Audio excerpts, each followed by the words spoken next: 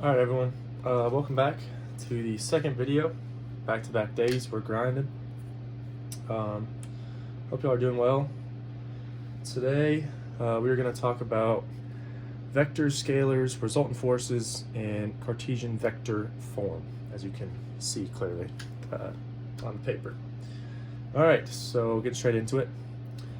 So keep in mind that vectors always have a magnitude of 1 and they give direction. So for example, let's say you have a force and then the parts of it, so obviously you have your x direction and your y direction and sometimes your z direction if you're doing a 3D problem.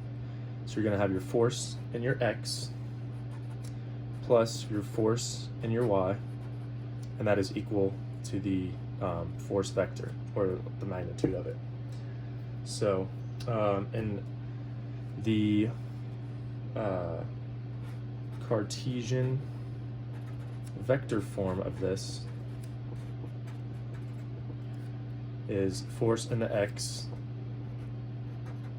or in the I. The I, this is the same as the x direction, plus the force in the y, or the j component and the I component. So the I component is the x direction and the j component is the y direction. Always remember that. Okay, so these are the scalar because there is no direction with these, the force. And then the x, or the I, or the y, and the j, those are the vectors because they give direction. So, all right, let me show you an example of explaining these forces a little bit better in the x and y directions. So let's say you have a x and y chart or graph, and you have a force like this. So we'll call this the force. So this direction is the force in the x, and this is the force in the y. And then you have your angle here and your angle here, your theta. So this theta right here is, so for this, the force in the x direction is equal to F cosine of theta. And then the force in the y is equal to this force vector sine theta. Okay, so, and then we will talk about resultant forces. So this is our resultant force right here. So we can call it resultant R, or the sum of the forces. So this is equal to the sum of the forces in the x direction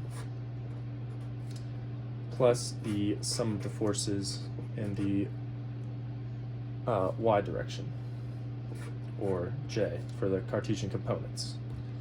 So this is the resultant of the x and the resultant of the y. So to find the magnitude, this is very important, magnitude of the resultant, I think I touched on this in the first video. So the resultant equals the absolute value of the resultant in the x direction squared plus resultant in the y direction squared, and square root of all of that. So, okay. All right. Now we will get into our first example that kind of explains this a little better and easier to understand. Okay, so let's say, for example, you have a pin against a wall. So this is supposed to be a pin, and let's just say there are metal bars attached to it. So this is your x direction, and this is your y direction. and I'll draw the negative y and negative x as well. So let's say we have a force pulling, like a rope, let's say, pulling on this pin. And let's say that's 50 newtons. And then let's say we have a force right in here. Let's call that force 2, which equals 30 newtons.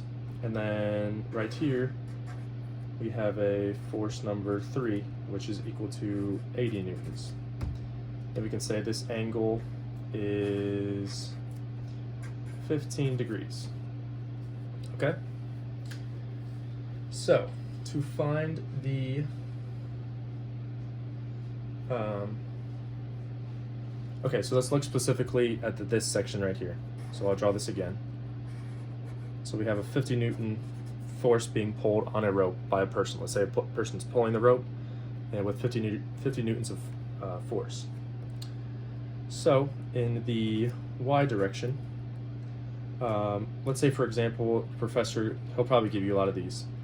We'll call this a 5, 3, 4 triangle. This makes it really easy for angles to calculate y and x direction forces. So for example, in the y direction, you have the 50 Newton force, and then since this angle here, 4 is vertical, parallel with the y, you use 4 over 5. So 4 over 5, because that's parallel with the y direction. So that will equal 40 newtons. And then for the x, you use the 50 Newton force given times 3/5, because this line with the 3 triangle is parallel with the x direction, or the x coordinate. So you do 3/5, which equals 30 newtons. So then to write, this is force 1. So to write force 1 in Cartesian vector form,